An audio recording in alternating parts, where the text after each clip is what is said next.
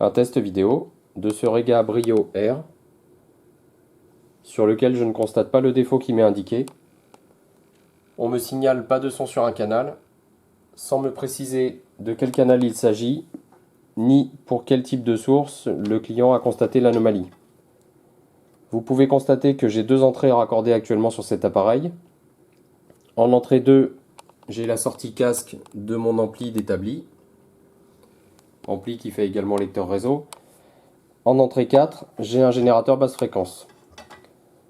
Les sorties HP sont raccordées à un switch mécanique qui me permet de basculer soit vers des charges de puissance et de monitorer à l'oscilloscope, soit d'envoyer le signal vers des enceintes clip chez RF7. Donc je vais tout d'abord sélectionner l'entrée 2 afin de vous montrer que j'ai de la musique. Si je relance le morceau qui était à l'arrêt, vous voyez ici à l'oscilloscope que les deux canaux sont présents. Je vais baisser le volume, je peux vous les faire écouter. Donc je bascule mon commutateur sur HP.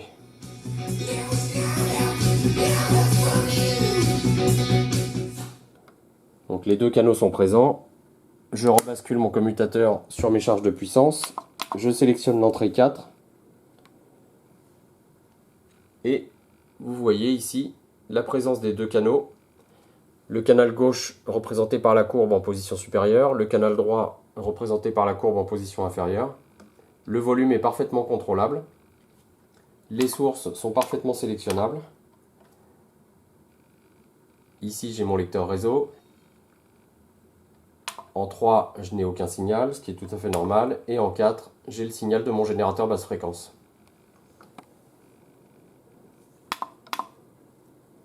Donc cet appareil fonctionne tout à fait normalement. Les deux canaux sont présents.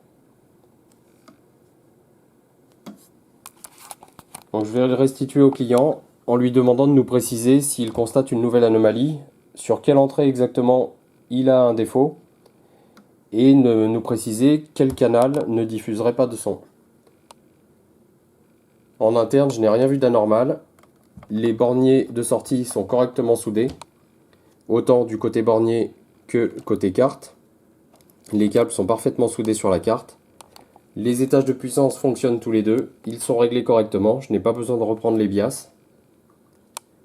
La sélection des sources est fonctionnelle. L'alimentation est tout à fait correcte puisque tout était alimenté et les deux canaux sont présents et la puissance est tenue sans affaiblissement. Je peux vous montrer d'ailleurs que l'appareil atteint sa puissance maxi sans aucun problème. Voilà, je suis à la saturation sur les deux canaux sans qu'il n'y ait de mise en sécurité ni d'affaiblissement de l'alimentation. Donc je reviens à un niveau d'écoute normal.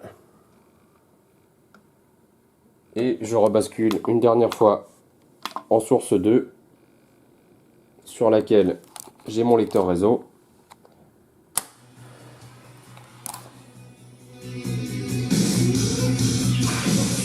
Je monte le volume très haut puisque j'ai réglé volontairement le niveau de sortie de ma prise casque assez bas, ce qui me permet d'utiliser une grande plage de réglage de volume et de vérifier qu'il n'y ait pas d'interruption du son pendant qu'on manipule le volume par exemple.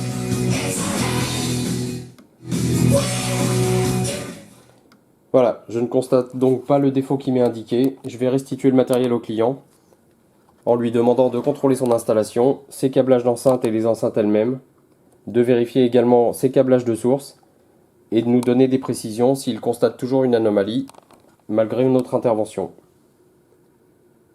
En atelier ici, sur deux entrées différentes, donc je vais en tester d'ailleurs une autre. Je vais basculer mon générateur sur l'entrée 3 et je devrais donc avoir le signal de mon générateur, voilà, qui est actuellement diffusé sur les enceintes. Je bascule sur mes charges de puissance. Voilà, donc je vais vraiment demander au client s'il a une anomalie, tout d'abord de contrôler l'ensemble de son installation, éventuellement de faire contrôler ses enceintes et de revenir vers nous si le problème est toujours présent pour qu'on essaie de déterminer ce qui peut se passer dans son installation.